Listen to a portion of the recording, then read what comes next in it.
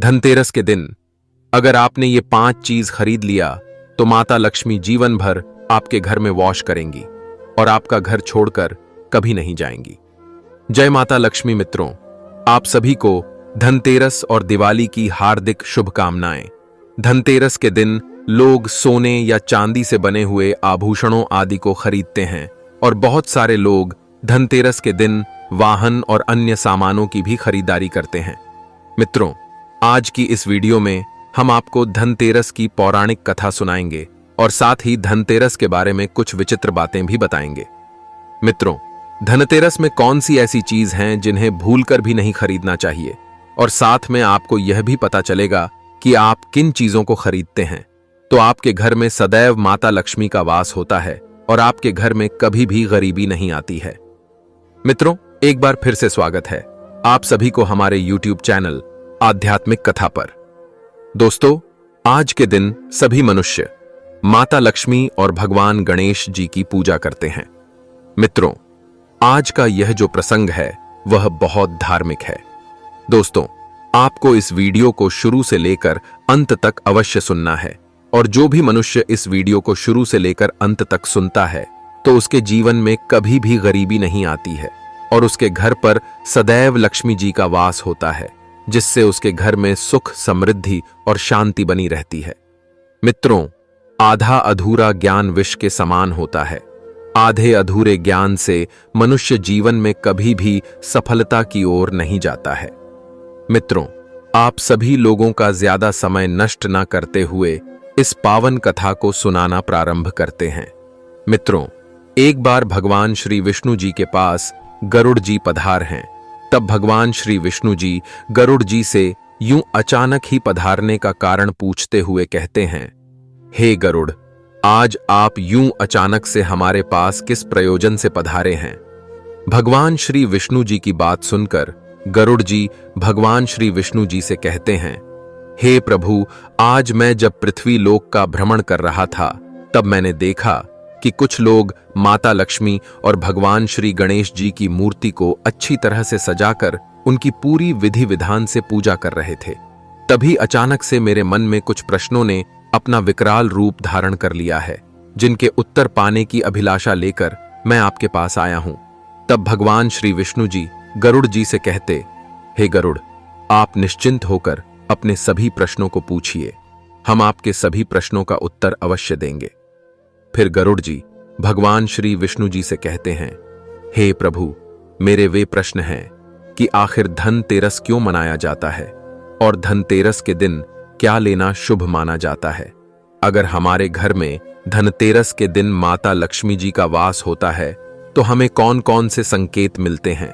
गरुड़ जी के इन सभी प्रश्नों को सुनकर भगवान श्री विष्णु जी गरुड़ जी से कहते हैं, हे गरुड़, आज आपने इन सभी प्रश्नों को पूछकर पूरी मानव जाति का उद्धार कर दिया है, लेकिन हम आपको आपके इन सभी प्रश्नों के उत्तर देने से पहले आपको एक धनतेरस की अत्यंत पावन कथा सुनाना चाहते हैं, किंतु आपको इस कथा को शुरू से लेकर अंत तक पूरा अवश्य सुनना होगा।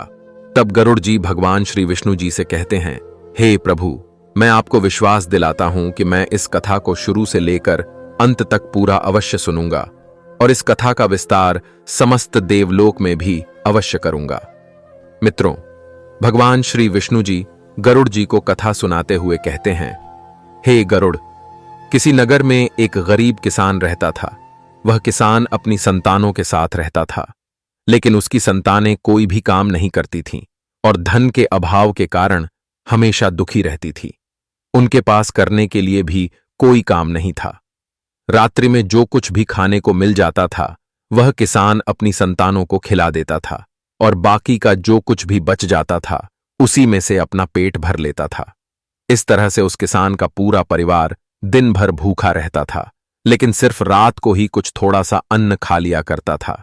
इस प्रकार से वह किसान स्वयं भूखा रहकर और दूसरों का काम करके अपने परिवार का पालन पोषण कर रहा था। वह किसान स्वभाव से अत्यंत निर्मल और सज्जन था। वह कभी भी क्रोध नहीं करता था। साथ ही साथ वह किसान बड़ा ही धैर्यवान और अभिमान रहित था। वह प्रतिदिन देवी देवताओं की पूजा किया करता था और वह किसान अपने द्वार पर आए हुए अतिथियों की पूजा किया करता था, उन्हें बिना भोजन कराए वापस नहीं लौटता था और जो कुछ भी बच जाता उसी में संतुष्ट होकर अपने परिवार का पालन पोषण कर रहा था। ऐसे ही दिन बीत रहे थे, लेकिन एक दिन उस किसान के घर पर एक महात्मा जी आ जाते हैं और उसके घर के दरवाजे को खटखटाने लगते हैं। तब दरवाजा खटखटाने की आवाज सुनकर वह किसान अपने घर का दरवाजा खोलकर देखता है कि उसके द्वार पर एक महात्मा जी खड़े हुए हैं। उन महात्मा जी को देखकर वह किसान उन्हें प्रणाम करता है और उनसे कहता है, पधारिए महानुभाव, पधारिए। फिर वे महात्मा जी उसके घर के अंदर जाने लगते हैं। फिर वह किसान उन महात्मा जी का अच्छी तरह से अतिथि सत्कार करता है, जिससे वे महात्मा जी बहुत ही प्रसन्न हो जाते हैं। लेकिन वे देखते हैं कि वह किसान किसी बात को लेकर बहुत चिंतित है। उस किसान को यूं चिंतित देखकर वे महात्मा जी उससे कहते हैं, हे पुत्र, लगता है कि तुम किसी बात को लेकर बहुत चिंतित लग रहे हो। तब वह किसान उन महात्मा से कहता है, हे मुनिवर, यदि आप मेरे अतिथि धर्म से प्रसन्न हैं तो क्या आप मुझे मेरे एक प्रश्न का उत्तर बताने का कष्ट कर सकते हैं। उस किसान की यह बात सुनकर वे महात्मा जी उस किसान से कहते हैं, हे पुत्र, तुम्हारी चर्चा तो चारों तरफ है कि तुम एक बहुत बड़े दानी हो और तुम अपने द्वार पर आए हुए अतिथियों का स्वागत प्रेम पूर्वक से करते हो, इसलिए हम तुम्हारे पास आए हैं। तुम संकोच न करते हुए तुम्हारी जो भी प्रश्न हो पूछ सकते हो। तब वह किसान उन महात्मा जी से कहता है, हे महात्मा, आप कृपया करके मुझे यह बताने का कष्ट करें कि मेरी गरीबी पूरी तरह से कैसे दूर होगी, क्योंकि मैं इस गरीब के कारण अपने परिवार का पालन पोषण नहीं कर पा रहा हूं।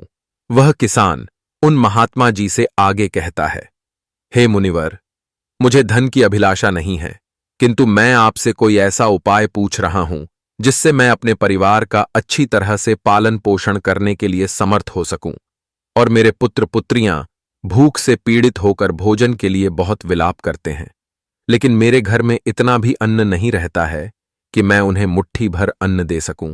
मुझसे उनका दुख देखा नहीं जाता है, इसलिए आज मैंने अपने विलाप करते हुए बालकों को घर से निकाल दिया है और वे कहीं चले गए हैं। इसी वजह से मैं बहुत ही दुखी और चिंतित हूं, क्योंकि मैं धन के अभाव में ऐसा क्या करूं जिससे मेरे परिवार का पालन पोषण अच्छी तरह हो पाए, और ऊपर से अब मेरी पुत्री भी विवाह करने के योग्य हो गई है, किंतु मेरे पास उसका विवाह करने के लिए कुछ भी नहीं है। कन्यादान का समय भी बीतता जा रहा है। हे मुनिश्रेष्ठ, इसीलिए मैं बहुत ही चिंतित हूं। हे दया निदान, आप तो बहुत बड़े विद्वान हैं, आप अवश्य ही मुझे कोई ऐसा तप मंत्र तथा उपाय बता दीजिए जिसको करने के बाद मैं अपने परिवार का अच्छी तरह से पालन पोषण करने में समर्थ हो जाऊं। आप कृपया करके अपने ज्ञान बल से विचार करके मुझे कोई उपाय बता दीजिए। इस प्रकार से उस किसान के द्वारा विनम्र निवेदन करने पर वे महात्मा जी बड़ी ही प्रसन्नता पूर्वक उस किसान से कहते हैं, हे पुत्र, मैं तुम्हारे दुख का कारण समझ चुका हूं। तुम ज्यादा चिंतित मत हो, क्योंकि मैं तुम्हें अवश्य ही उपाय बताता हूं जिसे करने के बाद तुम गरीबी से मुक्ति पा सकते हो।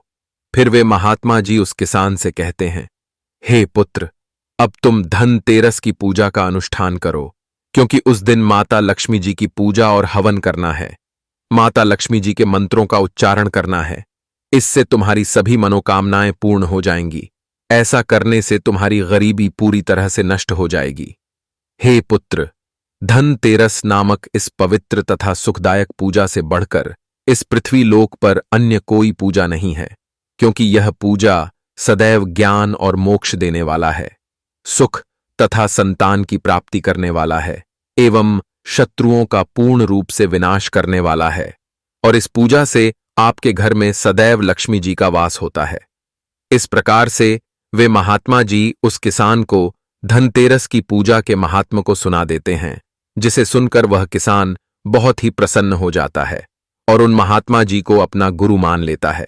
फिर उन महात्मा जी से माता लक्ष्मी के मंत्र की दीक्षा लेता है। उसके बाद वे महात्मा जी उसके घर से चले जाते हैं।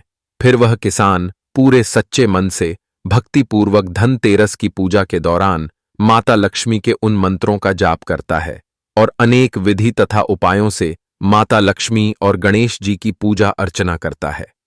मित्रों, धनतेरस के दिन अर्धरात्रि होने पर साक्षात देवी लक्ष्मी उस किसान को दर्शन देती है और उस किसान से कहती हैं कि हे पुत्र, मैं तुम्हारी भक्ति और पूजा से अत्यंत प्रसन्न हूं। तुम्हें जिस भी वरदान की कामना है, निसंकोच होकर अपने उस वरदान को मांग लो। तुम्हें जो चाहिए मैं तुम्हें अवश्य प्रदान करूंगी। लेकिन वह किसान अपने सामने साक्षात माता लक्ष्मी को खड़ा हुआ देखकर उसके अंगांग कांपने लगते हैं, उसकी आंखों से आंसू झलक लगते हैं। वह किसान माता लक्ष्मी के उस अद्भुत दिव्य स्वरूप को देखकर बहुत ही प्रसन्न हो जाता है। फिर वह किसान माता को प्रणाम करते हुए कहता है कि हे मां, आज मैं आपके दर्शन करके ही धन्य हो गया हूं। माता, आपके दर्शन अत्यंत दुर्लभ है।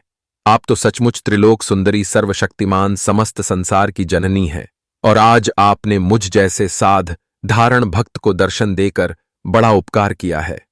वह किसान माता लक्ष्मी से आगे कहता है कि हे मां, अब मेरे मन में कोई कामना नहीं है, क्योंकि आपके दर्शन से ही मेरे सारे दुख मिट गए हैं।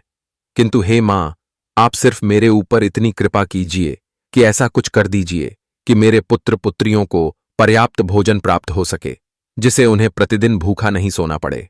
उस किसान की विनम्रता और उसकी असहाय स्थिति देखकर माता लक्ष्मी मधुर मुस्कान के साथ उस किसान से कहती हैं कि हे पुत्र, मैं तुम्हारी सच्ची भक्ति और तुम्हारे तप से बहुत ही प्रसन्न हूं।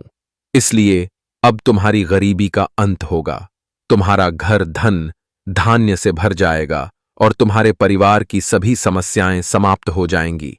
तुम्हारे पुत्रों को भी अच्छा भविष्य मिलेगा और तुम्हारी पुत्री का विवाह भी जल्द ही हो जाएगा। तुम्हारी पीढ़ियों तक सुख और समृद्धि बनी रहेगी। उस किसान से इतना कहकर माता लक्ष्मी वहां से अचानक ही अंतर्ध्यान हो जाती हैं। उसी क्षण उस किसान का घर प्रकाश से भर जाता है और उसकी गरीबी दूर हो जाती है। फिर देखते ही देखते उसके छोटी सी झोपड़ी की जगह एक विशाल महल खड़ा हो जाता है। उस महल में स्वर्ण मणियों और बहुमूल्य रत्नों का भंडार लग जाता है, जिससे उसकी सारी संतानें बहुत ही प्रसन्न हो जाती हैं। अब उस किसान के पास अपने परिवार के पालन पोषण करने के अलावा इतना सा सारा अन्न था कि वह दूसरों की भी सहायता कर सकता था। ऐसे ही समय बीतता गया। फिर वह किसान अपनी पुत्री का विवाह बड़ी धूमधाम से एक व्यापारी के साथ कर देता है। लेकिन वह किसान अपनी भक्ति और श्रद्धा को कभी नहीं छोड़ता है और माता लक्ष्मी के प्रति आभार व्यक्त करता रहता है, क्योंकि माता लक्ष्मी की कृपा से ही अब उसका जीवन आनंद और समृद्ध से भरपूर हो गया था। उस किसान से प्रभावित होकर उसका पूरा परिवार भी माता लक्ष्मी के प्रति भक्ति और समर्पण को अपना लेता है और वे सभी माता लक्ष्मी जी के आशीर्वाद से सुखपूर्वक से अपने जीवन का निर्वहन करने लगते हैं। मित्रों, भगवान श्री विष्णु जी गरुड़ जी से कहते हैं, हे गरुड़, इस प्रकार से हमने आपको धनतेरस की कथा का महात्म सुना दिया। इस कथा को सुनने मात्र से ही धनतेरस की पूजा सफल हो जाती है। माता लक्ष्मी की पूजा करने से सभी मनोकामनाएं पूर्ण हो जाती हैं। इस पृथ्वी लोक में जितने भी प्रकार की पूजा एवं दान हैं, वे सभी इस धनतेरस पूजा के सामने बहुत ही छोटे होते हैं, क्योंकि यह पूजा सदैव धन धान्य प्रदान करने वाला सुख तथा संतान की वृद्धि करने वाला आयु तथा आरोग्य प्रदान करने वाला और स्वर्ग तथा मोक्ष देने वाला होता है। विद्या, धन अथवा पुत्र, इन सभी में से कोई भी मनुष्य किसी की भी कामना करता है तो उसे इस सौभाग्यशाली तथा कल्याणकारी पूजा का विधिपूर्वक से अनुष्ठान करना चाहिए, क्योंकि इस पूजा का अनुष्ठान करने से विद्या चाहने वाला मनुष्य समस्त प्रकार की विद्या प्राप्त कर लेता है और अपने राज्य से वंचित राजा भी फिर से अपना राज्यभार वापस प्राप्त कर लेता है। लेकिन पूर्व जन्म में जिन लोगों द्वारा यह उत्तम पूजा नहीं किया गया है, वे लोग इस जन्म में बीमार, गरीब तथा संतानहीन होते हैं। और जो स्त्री बांझ, विधवा अथवा धन है, उसके बारे में यह समझ जाना चाहिए कि उसने अवश्य ही अपने पूर्व जन्म में धनतेरस की यह पावन पूजा नहीं किया था। मित्रों, यहां तक आपने धनतेरस की कथा का श्रवण कर लिया है। मित्रों, एक बार फिर गरुड़ जी भगवान श्री विष्णु जी से कहते हैं, हे प्रभु, अभी भी मेरे मन में 3 प्रश्न हैं जो कि मेरे मन को अत्यधिक विचलित कर रहे हैं। तब भगवान श्री विष्णु जी गरुड़ जी से कहते हैं, हे गरुड़, आप निश्चिंत होकर उन 3 प्रश्न को पूछिए, हम उसका उत्तर अवश्य दे। फिर गरुड़ जी भगवान विष्णु से कहते हैं, हे प्रभु, मेरा पहला प्रश्न है, धनतेरस के दिन लोग माता लक्ष्मी और गणेश भगवान की पूजा क्यों करते हैं? दूसरा प्रश्न है, धनतेरस के दिन कौन सी वस्तु खरीदने से घर में माता लक्ष्मी और सुख समृद्धि आती है? और मेरा तीसरा प्रश्न, धनतेरस के दिन कौन सी वस्तु को हमें भूलकर भी नहीं खरीदना चाहिए?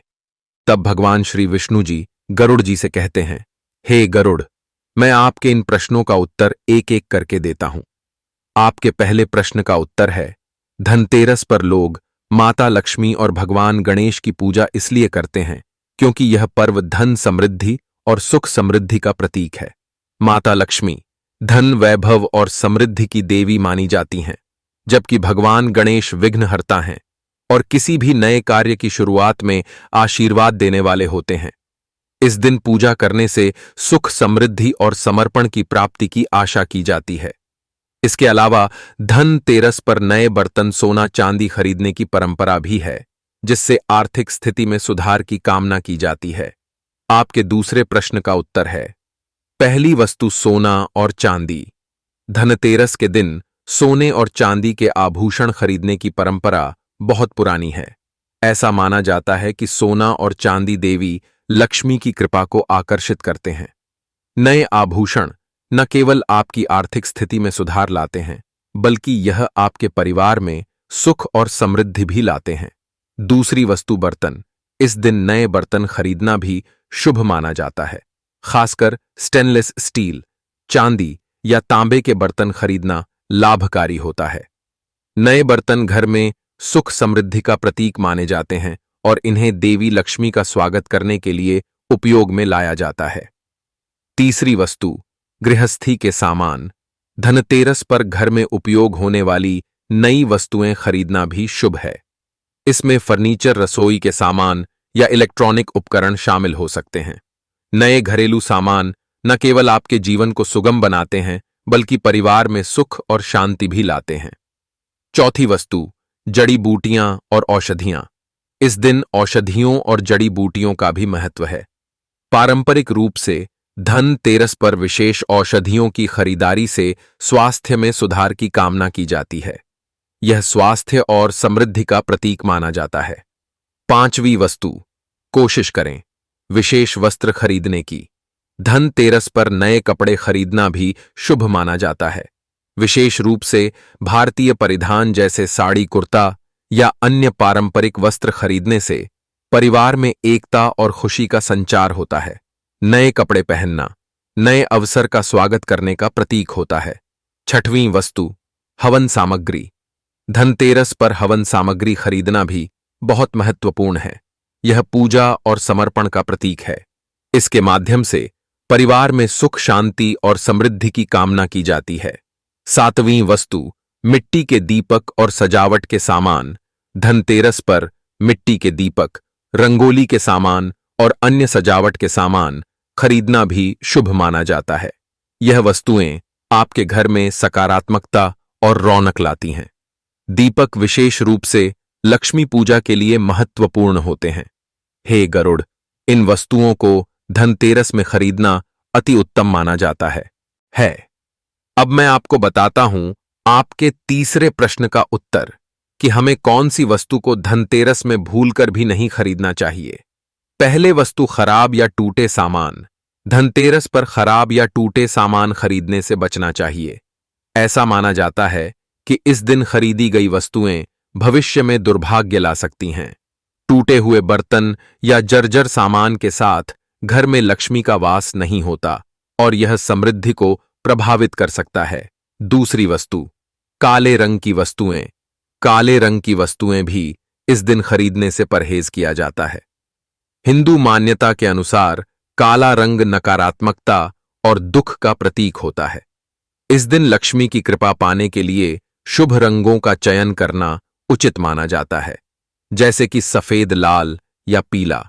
तीसरी वस्तु, बिक्री में कम कीमत वाली वस्तुएं।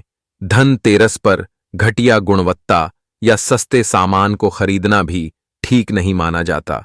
ऐसा माना जाता है कि सस्ती वस्तुएं भविष्य में हानि पहुंचा सकती हैं और समृद्धि में कमी कर सकती हैं। इस दिन की खरीदारी में उच्च गुणवत्ता वाले उत्पादों का चयन करना चाहिए। चौथी वस्तु दुर्व्यवहार काक होती हैं, बल्कि यह शुभता और समृद्धि को भी प्रभावित कर सकती है। मित्रों, आपको यह कथा कैसी लगी? नीचे कमेंट बॉक्स में कमेंट करके जरूर बताना। अगर आपके अंदर धन, तेरस से रिलेटेड कोई भी प्रश्न है तो नीचे कमेंट बॉक्स में कमेंट करें। दोस्तों, यह वीडियो पसंद आया हो तो वीडियो लाइक करें और साथ में चैनल को भी सब्सक्राइब जरूर करें। उसी के साथ बेल नोटिफिकेशन को ऑल पर जरूर सेलेक्ट करें ताकि मैं कोई भी वीडियो डालूं तो उसका नोटिफिकेशन सबसे पहले आपके पास पहुंचे और आप सबसे पहले वीडियो को वॉच करें। यहां तक वीडियो देखने के लिए आप सभी का बहुत बहुत धन्यवाद।